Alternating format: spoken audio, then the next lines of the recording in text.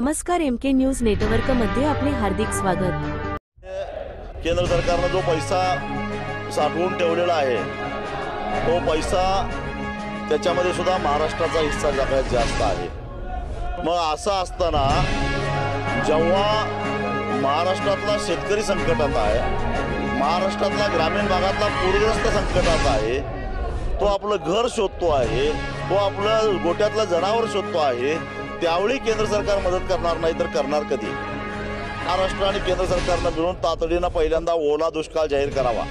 ओला दुष्काळ जाहीर केल्यानंतर एकतर कर्ज सगळी माफ करावी लागतील, कारण सरसकट कर्जमाफी करावंच लागेल, कारण ज्या पिकावर कर्ज काढलंय ते पीकच शिल्लक राहिलेलं नाही, पण त्याच्यावरचा खर्च झालेला आहे सगळा, फक्त कापणी राहिलेली होती। आणि विद्यार्थ्यांची फी माफ करावी लागेल, म्हणजे एक प्रकारे विद्यार्थ्यांना दिलासा समजेल, बाकीच्या सरकारी वसुल्या थांबवाव्या लागतील।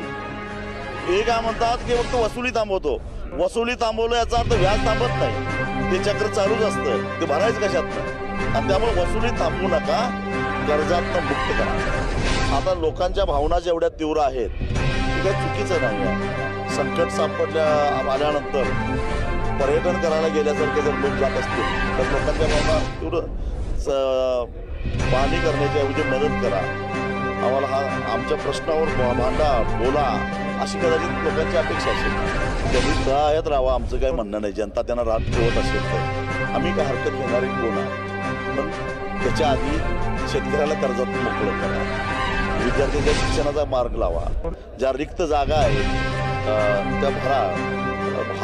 लाखो बेरोजगार रस्त्यावर आहेत, बेरोजगारीचा टक्केवारी महाराष्ट्रामध्ये सर्वाधिक आहे, म्हणजे यासाठी ज्या रिक्त जागा सरकारी आहेत त्या भरा, MPSCच्या परीक्षा वेळेवर घ्या आणि शेतकऱ्याला कर्जात मुक्त करा। तुम्हीच आश्वासन दिलेलं आहे, एवढं करा का आहे आमचं कुठं म्हणणं आहे, पाहिजे तर आम्ही सगळेजण मिळून ताम्रपट लिहून देतो। मंत्री महोदयांना एक निवेदन मी दिलेलं आहे माझ्या वतीनं आणि आमच्या दोन्ही उपमुख्यमंत्र्यांच्या सहीने हे निवेदन आम्ही त्यांना दिलेलं आहे। आम्हाला NDRFच्या माध्यमातून भरीव मदत करा आणि जेवढी जास्तीत जास्त मदत करता येईल ती मदत करण्याचं आश्वासन देखील माननीय प्रधानमंत्री महोदयांनी त्या ठिकाणी दिलेलं आहे। कर्जमाफीच्या संदर्भात आम्ही आमचं घोषणापत्र आहे त्या घोषणापत्रामध्ये हे आश्वासन दिलेलं आहे, त्यामुळे त्या आश्वासनाची पूर्तता आम्ही निश्चितपणे करणार आहोत। ती आता कधी करायची, कशी करायची या संदर्भातली आमची एक समिती तयार झालेली आहे, ती समिती त्याचा अभ्यास करते आहे। आता खरीपाकरता घेतलेलं कर्ज फेडण्याची वेळ पुढच्या वर्षी येणार आहे। आत्ता शेतकऱ्यांना महत्त्वाचं काय आहे तर तातडीची त्यांच्या खात्यातली मदत ही अधिक महत्त्वाची आहे, त्यामुळे ती खात्यातली मदत पहिले करणं हे आमची प्रायोरिटी। पंतप्रधानांनी सांगतो की PM केअर फंड आता वापरा, नाहीतर कोणाची केअर घेताय तुम्ही?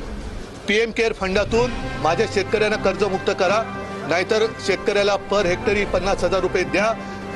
या सगळ्या गोष्टी ज्या आहेत ह्या पंतप्रधानांनी एक विश्वगुरू म्हणून आपल्या शेतकऱ्यांची काळजी घ्यायला त्यांना काही हरकत नाहीये। तो फंड CAGच्या नॉर्म्सप्रमाणे कोविड करता तयार झालाय, त्यामुळे इतरत्र खर्च करता येत नाही, त्यामुळे आता त्याच्यावर नेमकं काय करायचं या संदर्भात आमच्यासमोर प्रश्न आहे।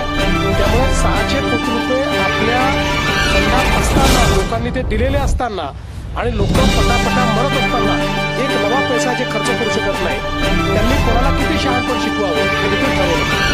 माझं असं म्हणणं आहे की केंद्र सरकारकडे हक्कानं मदत केंद्राला सगळ्यात जास्त GST देणारं राज्य महाराष्ट्र आहे। NDRF मध्ये केंद्र सरकारनं जो पैसा